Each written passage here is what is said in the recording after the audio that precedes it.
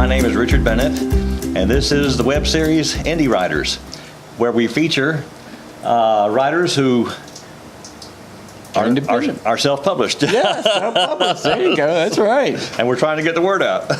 So, anyway, my first guest on the show is someone I've known for over 30 years, closer to 40. His name is Walter Dale Harvey. And I'm going to read a little introduction here I've got of him. Walter is originally from Mineral Wells, Texas, son of Marvin and Willie Harvey, brother to Roland and Nettie Harvey.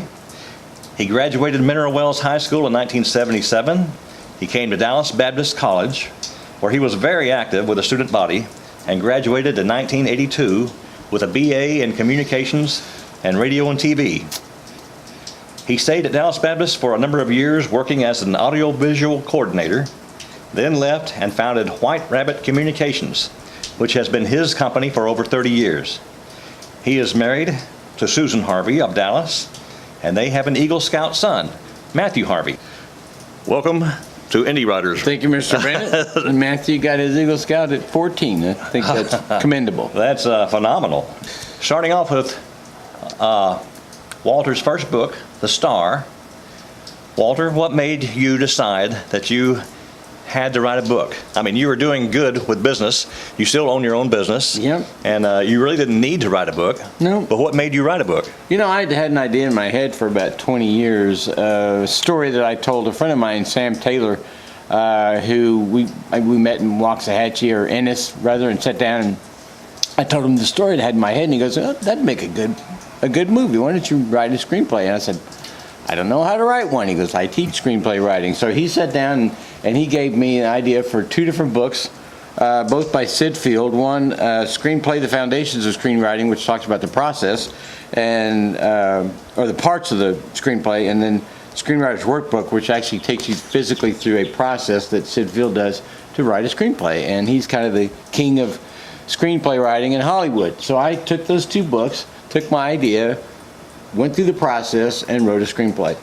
Well, after the screenplay, Sam and I got together and we thought, well, I need to write a book about the screenplay. So I started to write a book, and it ended up being 3 different books and 3 different ideas, and it went all over the place, but it all goes together at the end of the day. And so I've written the Magi Manuscripts Volume 1, The Star, and Magi Manuscripts Volume 2, The Stone, and Volume 3 will be called The Stable. And so actually, the screenplay is going to turn into 3 different books. Okay. Well, what did writing this book do for you? Did it get it out of your system? Yeah, it did. It did after 20 years. I mean, when you carry an idea around in your head for 20 years and you finally can put it on paper, it becomes tangible, it becomes real. It's not just an idea anymore. Then you can do something with it. You can't do anything with just an idea. It's got to be made into something. So yeah, writing this out really helped me, and I actually got pretty far along and just thought, I wanted to turn it into 3 books, and so that's kind of what happened. But after 20 years, I was good to get out of my system. Okay. Well, now, who is your target audience? Gosh, everyone. I don't want to write a book that excludes anyone. I want to have the whole family enjoy it. So, I used to think that Disney made films that everybody could enjoy, from grandma to grandson or granddaughter or whatever. And so, yeah, my book, I wanted to appeal to everyone. Okay.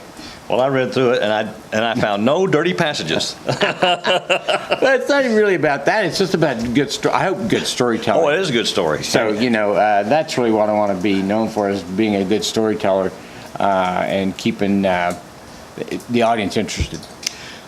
Who are your main characters? Well, the Catholic Church, I have to give them credit for their historical findings and documents that they had kept. I didn't know the 3 wise men had ever been given names, because I wasn't raised Catholic, so I didn't know anything about it.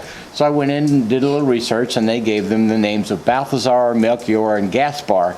And sometimes Gaspar is spelled Caspar, but I thought that sounded too much like Casper the Friendly Ghost. So I said, I'm not doing that. So I used Gaspar as the 3rd person. And then in the book, they run across another group called the Traveling Troubadours, and the Troubadours includes Naomi, Joshua, and this group that kind of goes with them on part of the journey as they try to make their way to Bethlehem. So it's all about the Nativity Scene, the birth of Jesus. Does this happen over a period of years?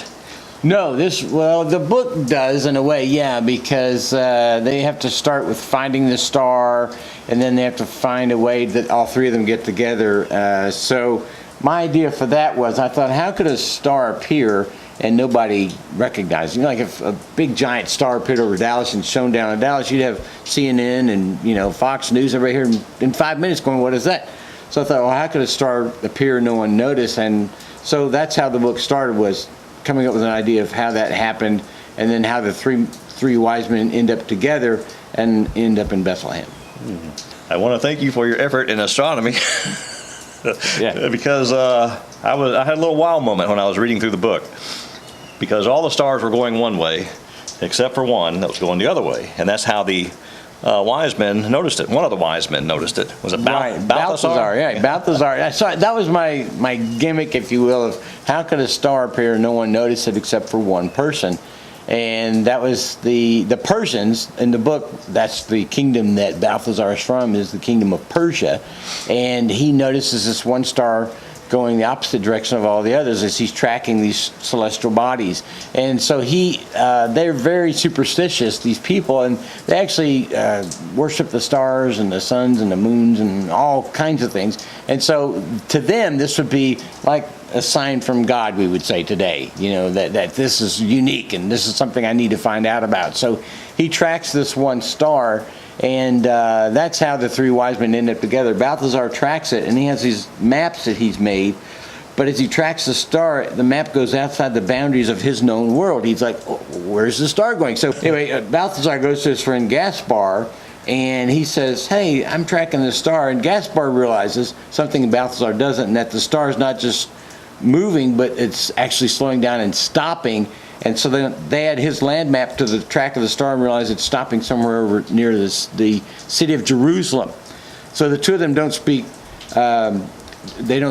Hebrew or Aramaic, so they need someone who does, and someone who knows about the culture and the country surrounding Jerusalem. So they get the third wise man, Melchior, and that's how they need all three of them to really make the journey. No single one of them could make the journey on their own. They need each other. So that's the whole premise behind the story, is they need each other. Hey, that's pretty good. Where did you get the idea for the Sword of Light? That was an interesting way to try to get other characters into the book. And Naomi is probably one of my favorite characters in the book. And she's the person who helps the wise men overcome their greatest hurdles and get to Bethlehem. The Star of Light, in the book, I say that it spun off the first spark of the universe, and the universe has been fighting with light and dark, or evil and good, ever since. So it was my way of introducing the good element, if you will, to the book, and then the evil element, the antithesis, the evil twin of the Sword of Light, is the Blade of Nineveh, which is wielded by a terrible character named Akbar, and he wields this evil blade. So you have to have a counterbalance in the book to tell both sides of the story. So that's how the Blade of Light came out to be, because I wanted it to be the opposite of that evil blade that Akbar has. Okay. Wrapping it up, what would you like to say about the book? Wow. All together. Wow. I hope and feel like people are going to read it, and it's not really written for a Christian audience. I want it to be good storytelling first. It's not biblical in the sense it's not Bible verses in or anything like that, and Jesus' name is never actually mentioned in the book. It's just what I hope is good storytelling and a different way of looking at the birth of Jesus, the Nativity. Because I think, people put these cardboard cutouts in their front yard at Christmas, and, we don't really think about it. It didn't just happen like that. It took months for these people to make this journey to find Bethlehem, to actually get there.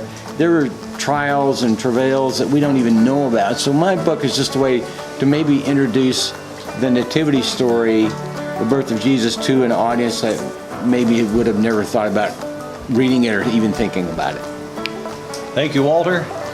Thank you, Richard. Appreciate it very much.